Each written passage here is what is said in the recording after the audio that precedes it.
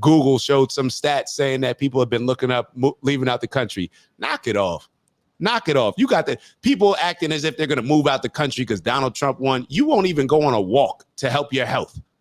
You won't even put down a French fry to make sure that your wellness is better. And you think I'm going to be convinced that you're actually going to go to another country? Knock it off. Stop being dramatic. Go to work. It's ridiculous.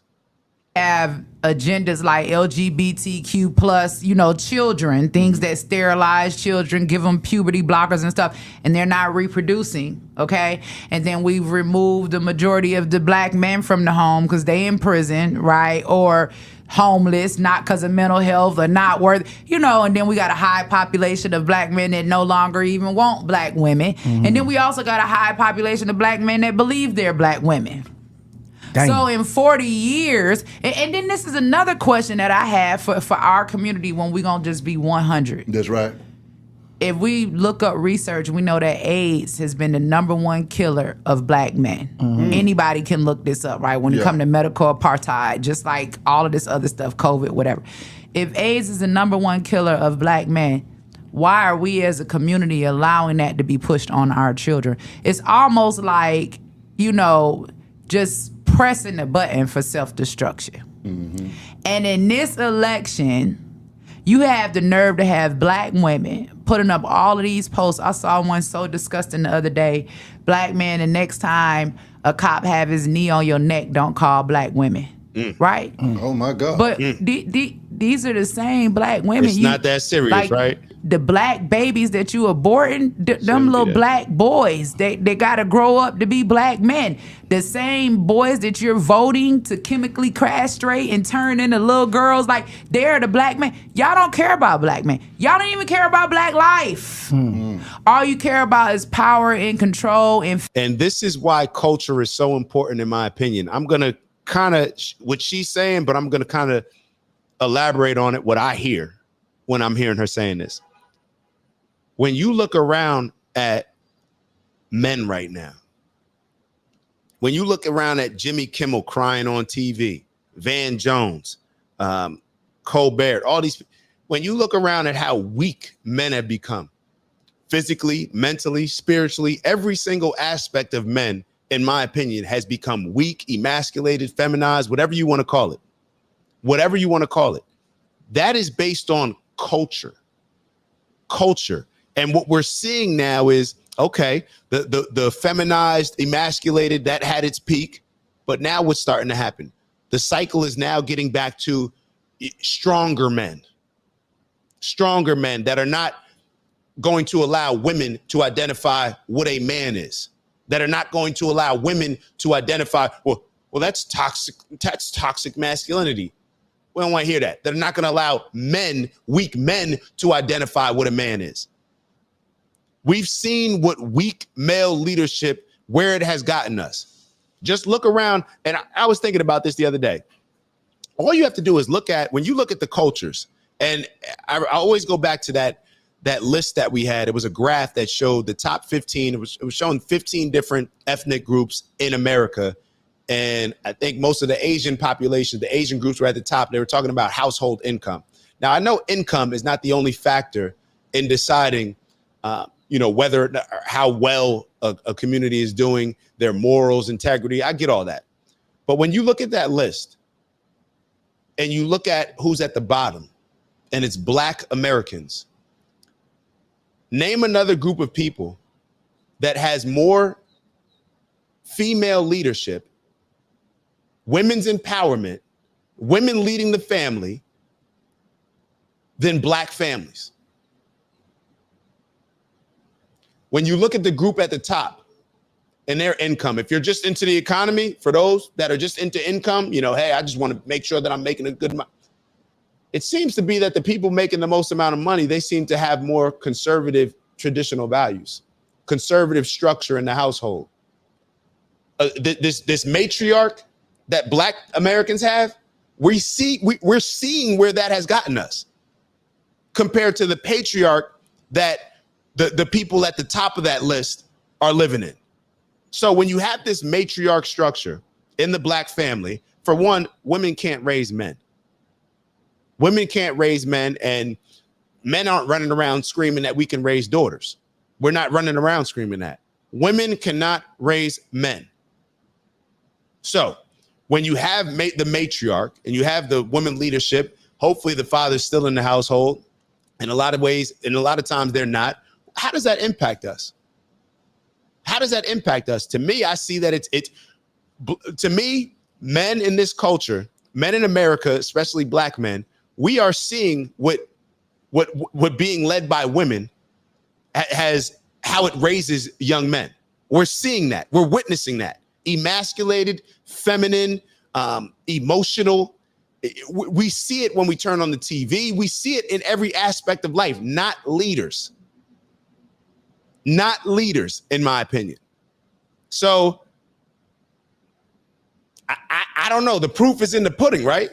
So I don't know if that's going to change people's perspective, but I do think that now this cycle that we live in, where it's always going to go, okay, then eventually it's going to go conservative and traditional, and then what people are going to be pushing for more progressive and liberal. And then it's just going to be a cycle that continues.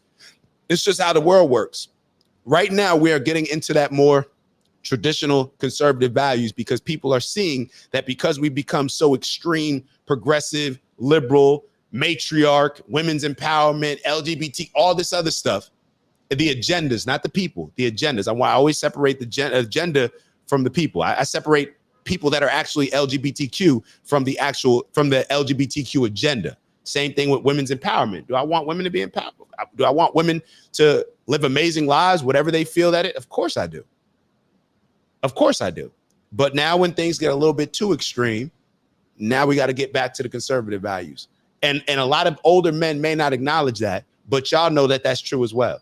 Even though you'll vote for Kamala, you know that what I'm saying is true.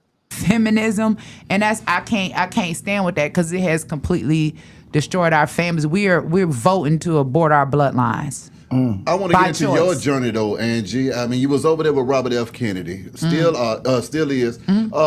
What was that like when he stepped down and then? And Cuzzo, that's an interesting point. So Cuzzo wrote, Filipinos have a matriarchal society. So I'm gonna say something that I probably shouldn't say. When you look at the Asians, and I've heard somebody say this. I've heard somebody say that Filipinos are the Negroes. I'm gonna be nice and say the Negroes of the Asian community. When I think about the Asian groups that are at the top of that list, I'm not even sure. I don't even remember where Filipinos were, but I believe it was a lot of other groups that were ahead of the Filipinos when it came to the Asian groups. I may be wrong though. I may be wrong. All right, let's keep going. He moved over there with Trump. Well, for me personally, it didn't come because I've worked with Trump before. So I know that I can go in and get real results because I've actually done it. That's right. So I'm not somebody that buy into the media lies, but what I will tell you, to be fair, is that what I enjoyed about working with RFK, not only becoming an independent myself, was that I was able to get in a space where I could work with everybody because I really, truly do love my community. And I can't be fighting with my community because you Democrat or I'm Republican when I know you care and I care and we want to get the work done. That's right. So being in the independent space allowed me to be able to work with people all the way across the aisle. And there was a call made to Kamala and her team as well because we were willing to work with everybody, and Kamala and them basically dissed us, you know what I'm saying, and ignored us. But when he put the call in to Trump, and of course I said, look, like, we need to come together. We need to show that we're united, because at the end of the day, when we done fighting over political party, none of us really just want to be out here voting to abort our kids, right? Every abortion should be a tragedy. You know what I'm saying? I know damn well we not just voting because 7 white men, because they always talking about, oh, white men want to control our bodies. Well, the 7 white men that ruled to make Roe v. Wade legal, right? They gave you permission to kill your baby and get away with it. Because the daddy can't do it, right? And you got all of these women. And 1 minute they don't want y'all to have nothing, you can't say nothing or none of that, right? But the next minute they want to fight for equality. So if the mother don't want the baby, even if you want it, right? She get to go kill the baby. get a pat on the back, get congratulated. Yeah. They even pay for it. Give her a free ride to the clinic, okay? But if the daddy don't want the baby, nigga, you going to jail every 30 days on a child abandonment warrant. They suspending your driver's license. You're gonna be made to take care of that child. The government is gonna make you be responsible for the life that you created. But for some reason, we want to give black women, and black women are not even the creators of black life. So what you got to say to the people that say, okay, she was with Trump, then she got with Kennedy, and people are saying that it was a setup the whole time to divide the vote so Trump can win. They say you never left Trump. Well, no, I never. People up I never for Trump did. to win. I never did leave Trump, but I did leave the Republican Party. Because remember, I never had an issue with Trump.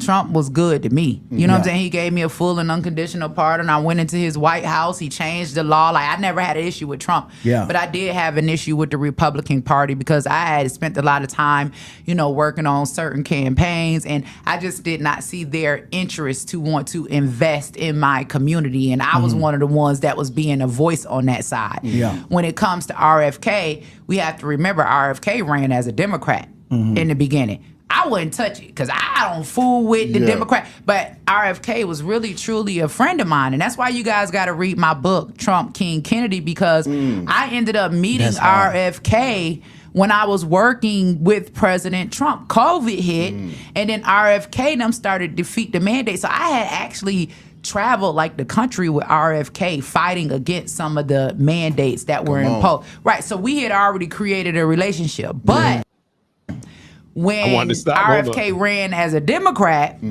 I couldn't stand with that because I just, in no way could I support the Democrat policies of today. Now, all right, I want to move on. Y'all go check out that interview. We just gotta, we gotta move on to the next video. This will be the last video. So this was the video that I was referring to. That's that apparently a lot of